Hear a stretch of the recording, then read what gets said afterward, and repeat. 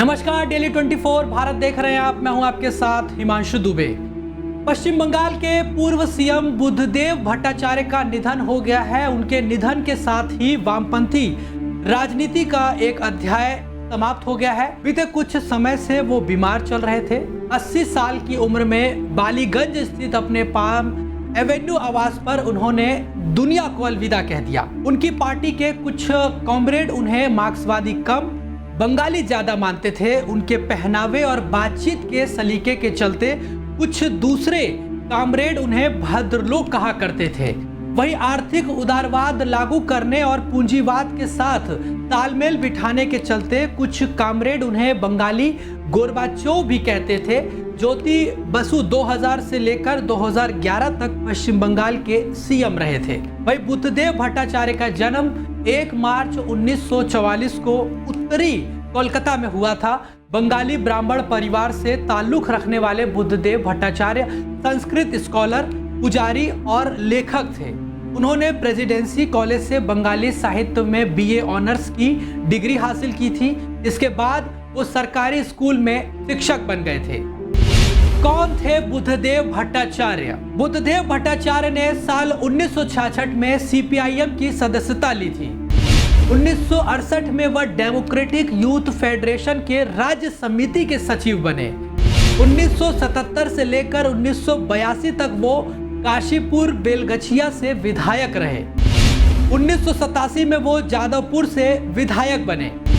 6 नवंबर 2000 में वो बंगाल के मुख्यमंत्री बने थे। 13 मई 2011 तक वो सीएम भी बने रहे। 2015 में बुद्धदेव भट्टाचार्य ने राजनीति से संन्यास ले लिया। सीपीआईएम के पोलित ब्यूरो और केंद्रीय समिति से इस्तीफा दिया। वहीं बता दें कि बंगाल में वाम मोर्चे के 34 वर्षों के शासन के दौरान बुद्धदेव भट्टाचार्य ज्योति बसु के बाद माकपा के दूसरे और आखिरी मुख्यमंत्री थे।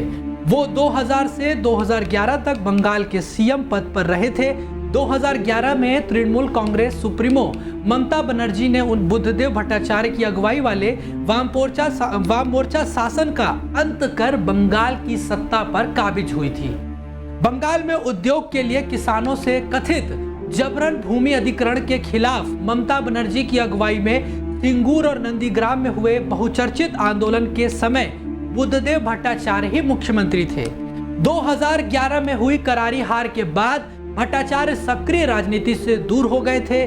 2015 में माकपा के पोलित ब्यूरो और केंद्रीय समिति से भी उन्होंने इस्तीफा दे दिया था। साल 2022 में उन्हें पद्म भूषण से सम्मानित करने की घोषणा की गई थी, लेकिन उन्होंने इसे लेने से इनकार कर दिया।